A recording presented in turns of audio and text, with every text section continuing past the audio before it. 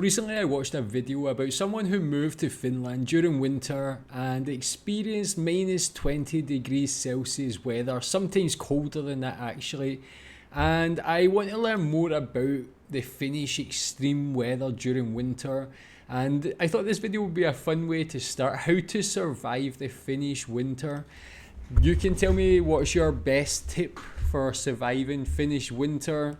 How do you survive it? What kind of things do you do? But interested to see this. Let's check out and let's enjoy. Okay, so we got a cold day in Finland. It's 10 past 12 and it's minus 15.5 degrees. That's the bottom temperature, and inside it's 20.7 at the moment. So just turn the camera. So somebody asked about coping with cold weather in Finland. So I'm going to do a video all about that, show you all the different kind of bits and pieces of devices. So the first thing is insulation. So it's not uncommon in Finland to have triple or quadruple glazed windows. There's no natural gas used at all here. It's all done with electric. It always has been the case. Most of the heating in our house is done through underfloor. It's powered by an air source, quite a big air source heat pump. These have been going in Finland for a very long time. I'll talk about those as well. Yeah, like that's the first time I experienced underfloor heating was in Korea last year. I was there during winter in Seoul, and the place we stayed had like underfloor heating. It was so good. It was so warm in the place. The heat was like obviously the same, consistent throughout the whole place.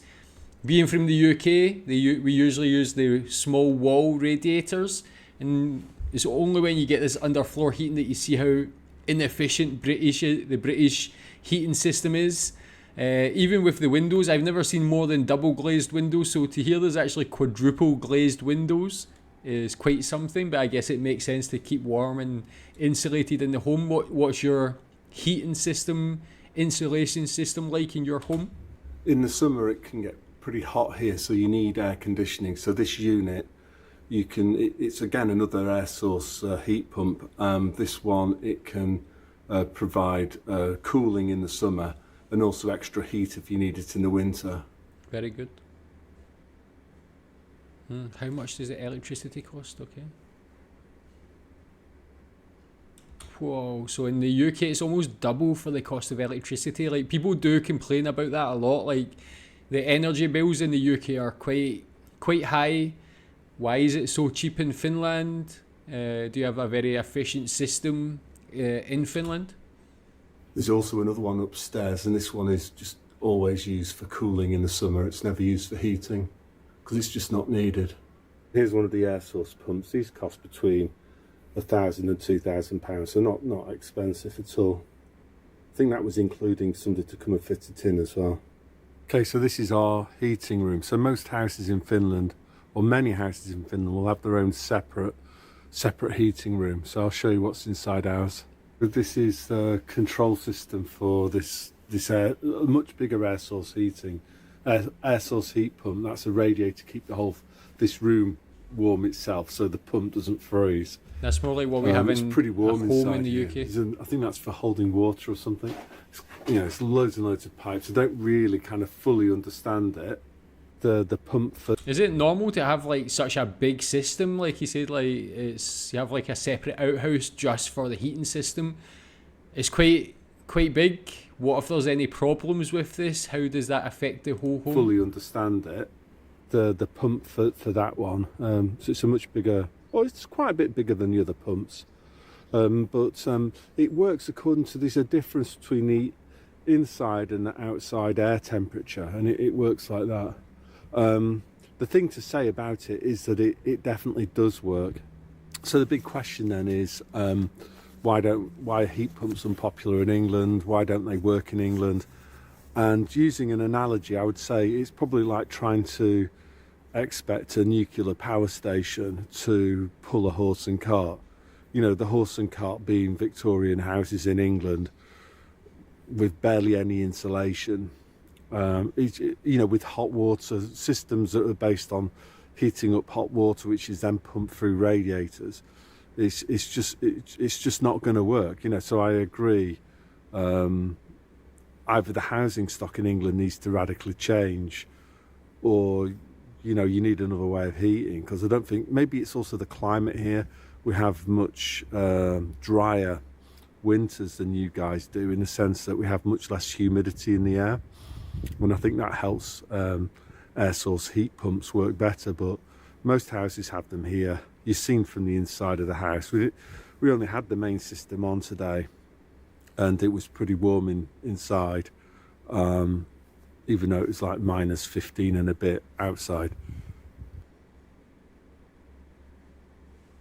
Yeah, so I'm just going to talk a little bit more about air source heat pumps. So, because there'll be people that automatically will jump on this and go, "Oh, he's a shill. He's World Economic Forum."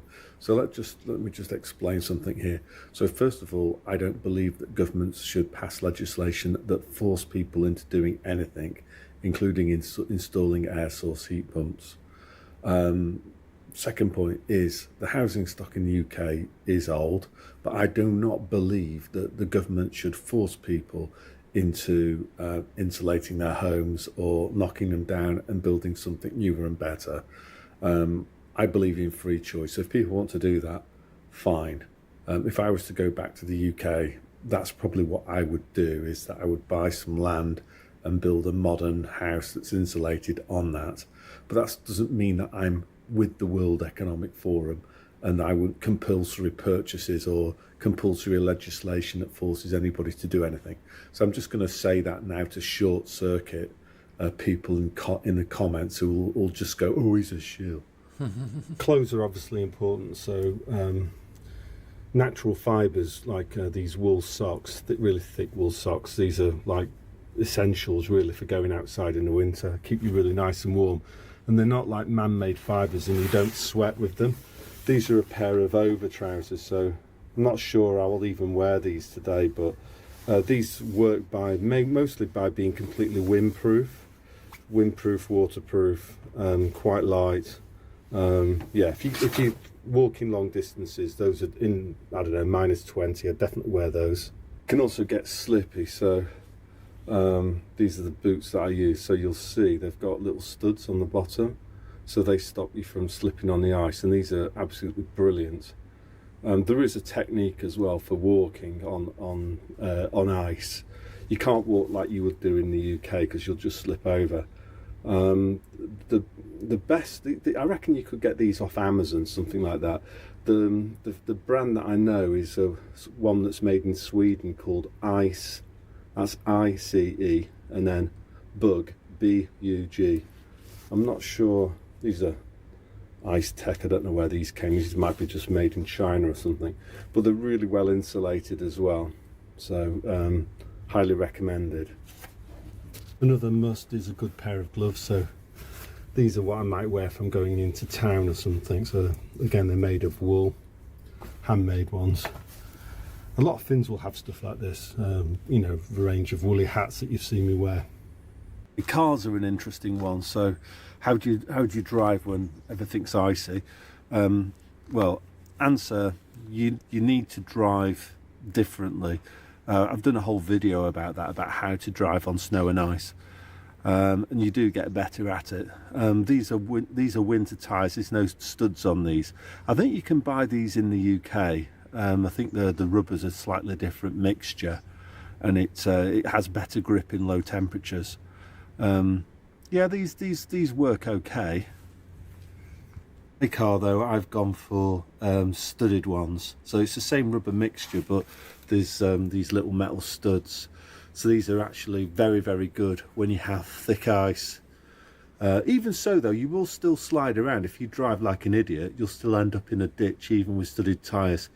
You know, so the main thing really is just to sort of quickly clarify is don't brake or step on the gas aggressively when going through a corner. Slow down well before you get to a corner. Don't try, as I say, brake or do anything funky on a corner. Just let the car go around. You also need some basic car control as well, you know, like to handle an oversteer or what to do when your car understeers. So I've got a video all about that, driving in the snow in Finland or something like that. Get your car to... So how do you get your car to start when it's minus 15 or minus 20, minus 30 even? Basically, you need one of these, which is... It heats up the engine, so what you do is you have one of these. Does that just come as standard on every car in Finland? Electricity. I've never seen that before, apart from a previous video. The oil in the engine block, so the car starts. Another essential is an auxiliary heater inside the car, which you can use. You know, this is my wife's car, so she normally will get up, put this on. It's on a timer for, let's say, 6 in the morning. She'll leave it on for half an hour, 40 minutes or something. And then when she gets into the car, it's all toasty warm, and it'll melt all that ice on the outside, so you don't have to do any of that ice clearing stuff. Where I live in Porry. Yeah, so I mean, like, a lot to think about with the clothing in the car so far. Does it become expensive to like do all these things like every year, like change the tires, buy these like clothes and things, or is it like you keep your tires and all the same clothes every year and just repeat and reuse them? Like living in Malaysia, where it's 30 degrees every day of the year, I just wear shorts and t-shirt most of the time. It's like I have a lot less to think about, a lot less money to spend. It's quite a lot different in Finland, of course. They don't grit roads in the same way that they do in England, you know, with salt and stuff like that, because it would be pointless, because it, you know, the temperature's too cold. But the roads are ploughed, so the surface is actually quite nice. It's nice to cycle on as well. I cycle with a mountain bike, but I've also got another bike that's got studs on the front wheel as well. The other thing that I would say too is just to enjoy the winter time, to just get out and about and not to be afraid of the weather. So Finns say that there's no such thing as bad weather, only bad clothes, and you know, I would agree with them. It's an absolutely glorious day. And if you ask me, would I prefer plus 7 degrees, overcast, cloudy, quite dark all day in England, or would I prefer this, where it didn't get light until 9 o'clock in the morning, it'll be dark at about 3:45 at the moment, and you have the rest of the day is actually, you know, blue sky. This is a lot better actually than sun the UK out. in the winter. Yeah, I would prefer this any day of the week. Corey. Pavements are gritted though, or well, not gritted, they've got gravel on them, which helps if you don't have studded boots. That's a school, so at the moment they're all inside having a lesson, but you know, schools aren't cancelled or anything like that. It can be minus 30, you know, you can see their buses just run as normal. Everything is, people just get on with things, and I think in England, you know, I think there's a bit, I don't know, I think it stems from a poor work ethic, that any excuse, and it's like, call it off, the weather's too bad. I agree, I think that's true. true. The other thing as well is just about enjoying things. So you can see here, this is an outdoor ice rink, and some dude's putting some more water on it to get a nice smooth surface for whoever's coming on here later. So it's a little attitude of mind. But, you know, yeah, like the British mentality is, as he said, just excuses, don't have that resilience, definitely can't survive, not just people, the infrastructure in the UK can't survive this type of weather as well. Yeah, it's just very different. Put the right clothes on, and don't be afraid of the winter, don't be afraid of the cold.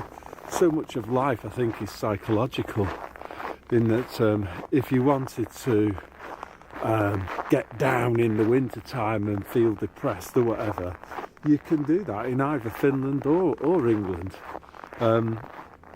It's about learning to appreciate what you have, and in fact that's something that Finns often say, is that you know, Finns are not afraid to say that they appreciate small things.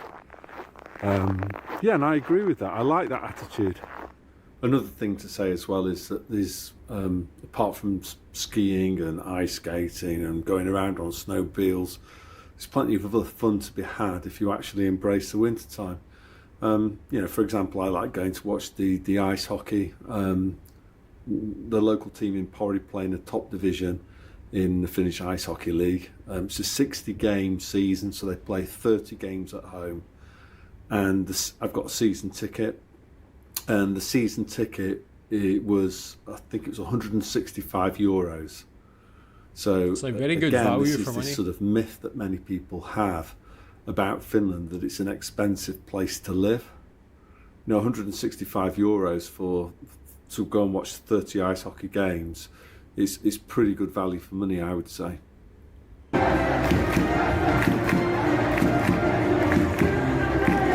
So that's all I want to say today. Really so I cool, hope man. you enjoyed that. And Yeah, that was awesome, man. Like, yeah, it says like how to survive Finnish winter. But actually, it looks like a very enjoyable time of year, as long as you're prepared. I mean, as they said, that comparison between the UK, go back to you go to the UK in the winter, it's grey, depressing.